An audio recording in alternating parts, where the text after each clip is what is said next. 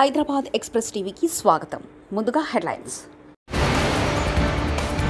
Sick leave వివాదం, 25 మంది సిబ్బందిని తొలగించిన ఎయిర్ ఇండియా.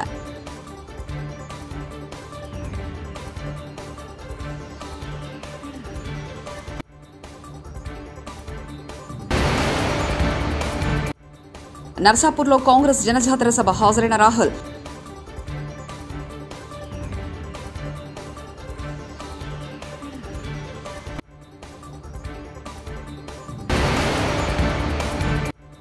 పదేళ్లు ఎంపీగా ఉన్న అవినాష్ రెడ్డి కడపకు ఏం చేశారు? వైఎస్ షర్మిల.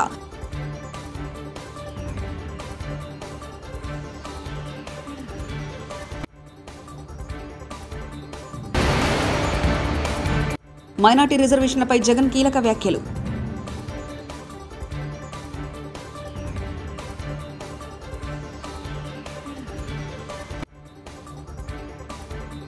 సిక్ లీవ్ పెట్టడంతో 19,000 మంది ప్రయాణికులకు ఇబ్బంది కలిగించినందుకు ఎయిర్ ఇండియా తమ సిబ్బందిపై చర్యలు తీసుకుంది.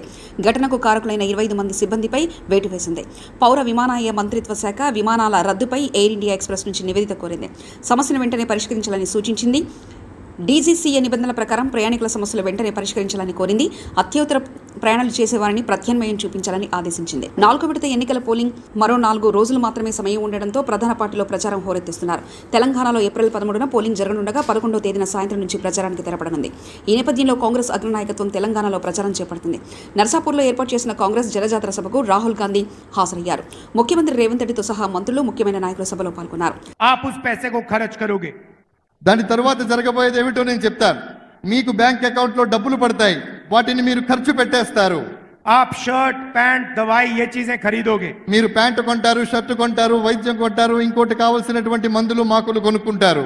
और हिंदुस्तान की कंपनियां, छोटी छोटी कंपनियां, बड़ी कंपनियां ये माल बनाएंगी.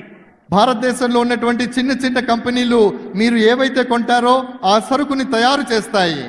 जैसे ही वो कंपनियां ये काम करना शुरू करेंगी, आपके बच्चों को उन्हीं कंपनियों में रोजगार मिलेगा. ఎప్పుడైతే ఈ కంపెనీలు తమ ఉత్పత్తిని ప్రారంభిస్తాయో అప్పుడు మీ పిల్లలకు అదే కంపెనీలలో ఉద్యోగ అవకాశాలు దొరుకుతాయి. एक प्रकार से हम हिंदुस्तान की अर्थव्यवस्था को जंप स्टार्ट कर रहे हैं. ఒక రకంగా చెప్పాలంటే భారతదేశపు ఆర్థిక వ్యవస్థను మనం అప్పుడు ప్రారంభించబోతున్నాం.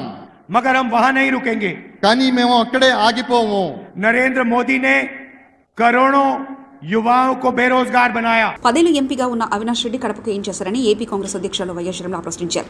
పులివెందుల నియోజకవర్గంలో ఆమె ఎన్నికల ప్రచారం నిర్వహించారు. ఈ సందర్భంగా ఆమె మాట్లాడుతూ కడప స్టీల్ ప్లాంట్ కోసం అవినాష్ రెడ్డి ఒక్క పోరాటమైనా చేశారా? ఆయన కేసుల కోసం ఢిల్లీకి వెళ్తున్నారు తప్ప ప్రజల కోసం కాదు. వివేక హత్య కేసులో అవినాష్ రెడ్డిని సిబిఐ నిందితుడిగా చేర్చింది. అవినాష్ రెడ్డిని జగన్మోహన్ రెడ్డి కాపాడుతున్నారంటూ షర్మిల అన్నారు. హత్య చేయించారు అని సిబిఐ చెప్తున్న నిందితుడు అవినాష్ రెడ్డి ఇంకోవైపు నిలబడ్డాడు. అవినాష్ రెడ్డి ఇప్పటి ఎంపీ కాదు, 10 సంవత్సరాలుగా ఎంపీగా ఉన్నారు. మరి 10 సంవత్సరాలుగా ఎంపీగా ఉండి అవినాష్ రెడ్డి గారు మీకు ఏం పనికొచ్చారో ఒకసారి ఆలోచన చేయండి. కనీసం కడప స్టీల్ ఫ్యాక్టరీ రాజశేఖర రెడ్డి గారి కళ, కడప స్టీల్ ఫ్యాక్టరీ రాజశేఖర రెడ్డి గారు ఉండుంటే పూర్తయిపోయేది. కానీ రాజశేఖర రెడ్డి గారు వెళ్ళిపోయాక ఏ ప్రభుత్వాలు పట్టించుకోలేదు. ఆఖరికి జగన్మోహన్ రెడ్డి గారు ముఖ్యమంత్రి అయ్యాక కూడా 5 సంవత్సరాలు గడిచిపోయినా కూడా ఒక్క తట్టెడు మట్టి ఎత్తి అటువైపు పోయలేదు. ఒక్క ఇటుక మీద ఇటుక పెట్టలేదు. మరి అవినాష్ రెడ్డి గారు పార్లమెంట్ మెంబర్గా ఎంపీగా ఉండి ఎన్నిసార్లు పార్లమెంటులో కడప స్టీల్ ఫ్యాక్టరీ కోసం కొట్లాడాడు. వైజాగ్ స్టీలు ఆంధ్ర రాష్ట్రానికి ఎట్లనో కడప స్టీల్ ఫ్యాక్టరీ రాయలసీమకి అట్లా అని రాజశేఖర రెడ్డి గారు అంత కోరికగా చేయాలనుకున్న ప్రాజెక్టును కూడా మీరు ఎన్నుకున్న నాయకులు వాళ్ళ అధికారాన్ని ఇలా ప్రజలకు మేలు చేయడానికి, ప్రాజెక్టులు తెచ్చుకోవడానికి కాకుండా వాళ్ళని వాళ్ళు హత్యలు చేసి కాపాడుకోవడం కోసం వాడుకుంటున్నారు. అవినాష్ రెడ్డి ఢిల్లీకి వెళ్తున్నాడు, వస్తున్నాడు. ఎప్పుడైనా పార్లమెంట్లో కడప స్టీల్ ఫ్యాక్టరీ గురించి మాట్లాడడం చూడలేదు. కానీ సిబిఐ నుంచి ఆయన కాపాడుకోవడం కోసం మాత్రం ప్రయత్నాలు చేయడం చూసాం. మరి ఇట్లాంటి వాళ్ళని ఎందుకు ఎన్నుకోవాలో ఒకసారి ఆలోచన చేయండి. వివేకానంద రెడ్డి గారి హత్య జరిగి 5 సంవత్సరాలు అయింది. ఈ రోజు వరకు కూడా న్యాయం జరగలేదు. అన్న హత్య జరిగిన రోజు మాకు తెలియదు ఎవరు హత్య చేశారు అనేది. తెలుసునుంటే ఆ రోజే చెప్పేవాళ్ళం. కానీ ఈ రోజుకి సిబిఐ దర్యాప్తులో తేలిన విషయం, సాక్ష్యాలు, ఆధారాలు, గూగుల్ టేక్అవుట్ మ్యాప్స్ అయితేనేమి, ఫోన్ కాల్ రికార్డ్స్ అయితేనేమి, డబ్బులు లావాదేవీలు జరిగాయని చెప్పడం అయితేనేమి, సిబిఐ అన్ని సాక్ష్యాలు ఆధారాలతో అవినాష్ రెడ్డి గారు చేయించారు అని సిబిఐ ఆరోపించి అక్యూజ్డ్గా చేర్చింది ఈరోజు అవినాష్ రెడ్డి గారిని. మరి అలాంటి వాళ్ళను ఎందుకు ఎన్నుకోవాలి? జగన్మోహన్ రెడ్డి గారు సొంత చిన్నాన, వివేకానంద రెడ్డి గారు జగన్మోహన్ రెడ్డి గారికి సొంత చిన్నాన. వివేకానంద రెడ్డి గారికి కొడుకులు లేరు, ఒకటే బిడ్డ. ఆ బిడ్డ కూడా న్యాయం కోసం తట్టని తలుపు లేదు, ఎక్కని మెట్టు లేదు, తిరగని పోలీస్ స్టేషన్ లేదు. ఇంత కష్టపడుతున్నా ఈ రోజు వరకు న్యాయం జరగలేదు. ఇంకోవైపు జగన్మోహన్ రెడ్డి గారు వివేకానంద రెడ్డి గారికి కొడుకులు లేరు కాబట్టి రాజశేఖర రెడ్డి గారి కొడుకే వివేకానంద రెడ్డి గారికి కూడా కొడుకు. మైనార్టీల రిజర్వేషన్కు రద్దు చేస్తామని చెప్తున్న బీజేపీతో ఎందుకు చంద్రబాబు చేతులు కలిపారని వైసీపీ అధినేత జగన్ ప్రశ్నించారు. కర్నూలులో జరిగిన సభలో ఆయన మాట్లాడారు. చంద్రబాబుది ఊసరవెల్లి రాజకీయమని ఆయన ధ్వజమెత్తారు. 4% రిజర్వేషన్ అంశం సీఏఏ విషయంలో తన పార్టీ ధోరణి ఎప్పటికీ మారదని జగన్ స్పష్టం చేశారు. 600 ముస్లింలకు రిజర్వేషన్ ఉండాల్సిందేనని అన్నారు. ఒక పక్క 4% ముస్లింల రిజర్వేషన్లను రద్దు చేస్తామని శపథం చేసిన బీజేపీ పార్టీతో ఈ చంద్రబాబు జత కడతాడు. మరో పక్క మైనారిటీల ఓట్ల కోసం మైనారిటీలను మోసం చేసేందుకు ఈ చంద్రబాబు డ్రామాలు మొదలెట్టాడు, దొంగ ప్రేమ నటిస్తాడు. కానీ 4% రిజర్వేషన్లను మైనారిటీలకు రద్దు చేస్తామంటా ఉన్న బీజేపీతోనే కొనసాగుతాడట ఈ చంద్రబాబు. మరి ఇంతకన్నా ఊసర వెళ్ళి రాజకీయాలు ఎక్కడైనా ఉంటాయా అని అడుగుతా ఉన్నాడు మీ బిడ్డ. నేను చెప్తా ఉన్నా, 600 అయినా 106 4% రిజర్వేషన్లు ఉండి తీరాల్సిందే. ఇది మీ జగన్ మాట, ఇది వైఎస్ఆర్ బిడ్డ మాట. మరి చంద్రబాబు ఇలా మోడీ గారి సమక్షంలో చంద్రబాబు ఇలా మాట్లాడగలుగుతాడా అని అడుగుతా ఉన్నాడు మీ బిడ్డ. మరి మైనారిటీల రిజర్వేషన్లను రద్దు చేస్తామన్న తరువాత కూడా ఎన్డీఏలో ఎందుకు కొనసాగుతా ఉన్నాడు ఈ చంద్రబాబు అని అడుగుతా ఉన్నాడు మీ బిడ్డ. ఏపీలో ఎన్నికలు టీడీపీకి ప్రతిష్టాత్మకంగా మారాయి. ఎన్నికల కోసం చంద్రబాబు చాలా కాలంగా ప్రణాళికలతో సిద్ధమయ్యారు. కూటమి నేతల సభకు వస్తున్న ప్రజాస్పందనతో చంద్రబాబులో మరింత ధీమా పెరిగింది. పోలింగ్ ముందు చివరి 3 రోజులు కొత్త ప్రణాళికలు అమలు చేస్తున్నారు. ప్రభుత్వ వ్యతిరేకతను ఓటుగా మలుచుకునేందుకు పార్టీ నేతలు పదే అలర్ట్ చేస్తున్నారు. అభ్యర్థుల ప్రచార తీరు, ఎలక్షన్ నిర్వహణపై సూచనలు అందిస్తున్నారు. చంద్రన్నే డ్రైవర్ అని చెప్పండి. మిమ్మల్ని అందరినీ సురక్షితంగా గమ్యస్థానానికి చేర్చే బాధ్యత నాదని నా ఆడబిడ్డలకు హామీ ఇస్తున్నా. ప్రతి ఆడబిడ్డకి ఒక అన్నగా ఉంటా, ఒక తమ్ముడుగా ఉంటా, కుటుంబ పెద్దగా ఉంటా, మీకు రక్షకుడుగా ఉంటారని మా ఆడబిడ్డలకు హామీ ఇస్తున్నా. ఇది కాకుండా ఈరోజు మీరు ఒక్కసారి ఆలోచిస్తే అన్నదాతకి 20,000 రూపాయల ఆర్థిక సహాయం చేస్తాం. ఆడబిడ్డలకి ఇంకొక శుభవార్త కూడా, మోడీ గ్యారంటీస్ కింద మోడీ గారు ముందుకొచ్చి 3 కోట్ల మంది ఆడబిడ్డల్ని, డాక్రా మహిళల్ని లక్షాధికారులు చేస్తా అన్నాడు.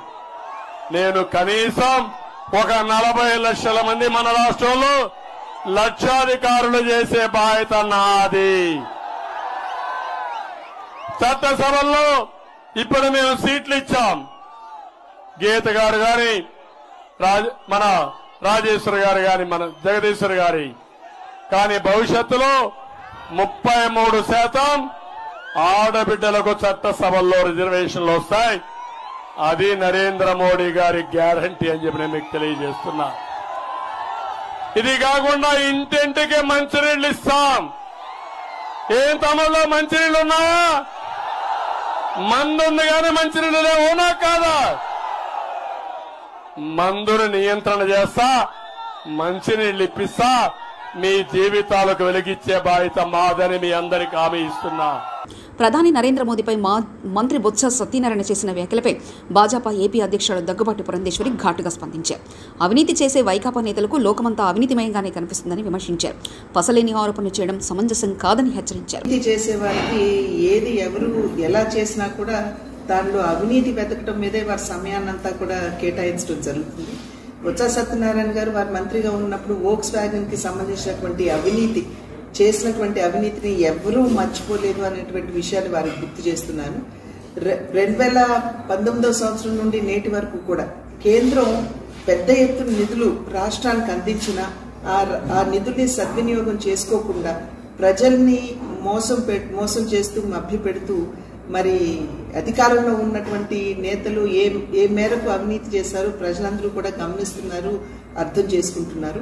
అదేవిధంగా రైల్వే జోన్కి సంబంధించి కూడా రైల్వే జోన్కి మేము అంకితమై లేము అనేటువంటి విషయం ఇవాళ నేను తీవ్రంగా ఖండిస్తున్నాను. ఎందుకంటే 2024 వరకు కూడా రైల్వే జోన్ కట్టడానికి అనువైనటువంటి స్థలాన్ని ఇవ్వకుండా ఇవాళ రాష్ట్ర ప్రభుత్వం ఏ విధంగా తన బాధ్యత నుండి వైదొలిగిందో ఒక్కసారి ప్రజలందరూ కూడా గమనించాలి. ఇచ్చినటువంటి భూమి ఏదైతే ఉందో అది కట్టడానికి అనువుగా లేదు అని చెప్పినా కూడా ఇప్పటి వరకు కూడా కేటాయించకపోవడం భూమిని మరి కేంద్రం అయితే 104 నుండి 105 కోట్ల రూపాయల వరకు రైల్వే జోన్ నిర్మాణానికి కేటాయించింది.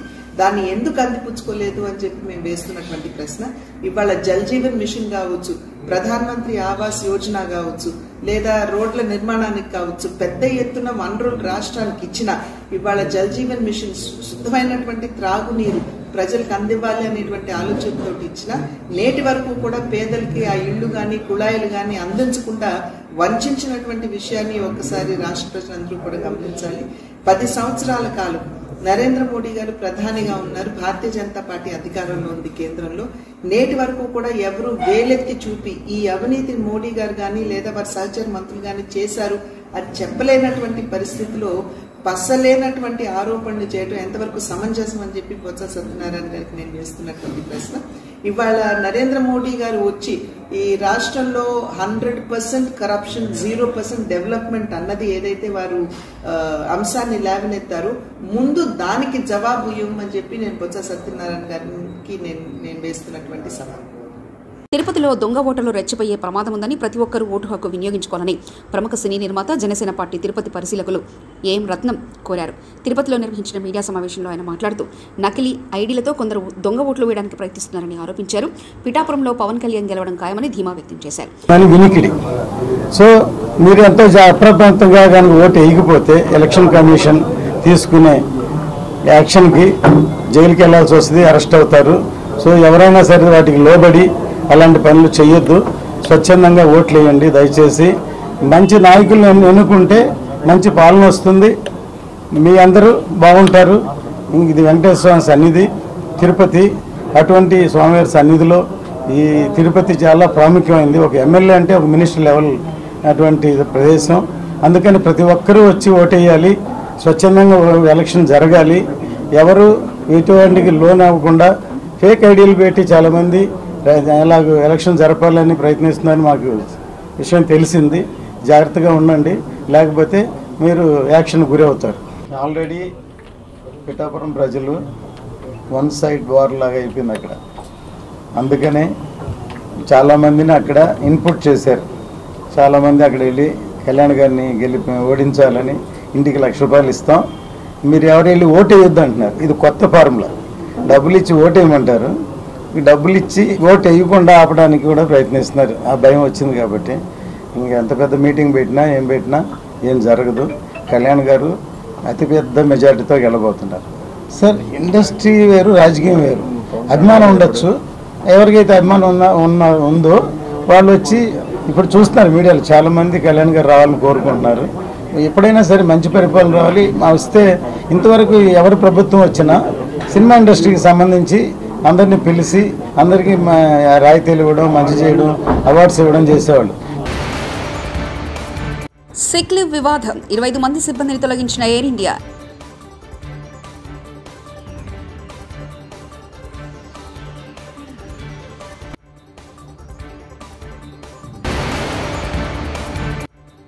నర్సాపూర్లో కాంగ్రెస్ జనజాతర సభ హాజరైన రాహుల్.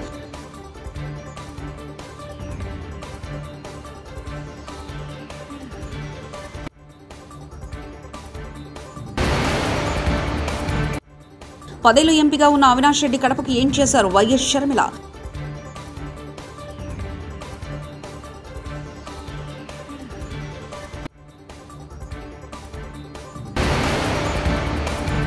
మైనార్టీ రిజర్వేషన్లపై జగన్ కీలక వ్యాఖ్యలు.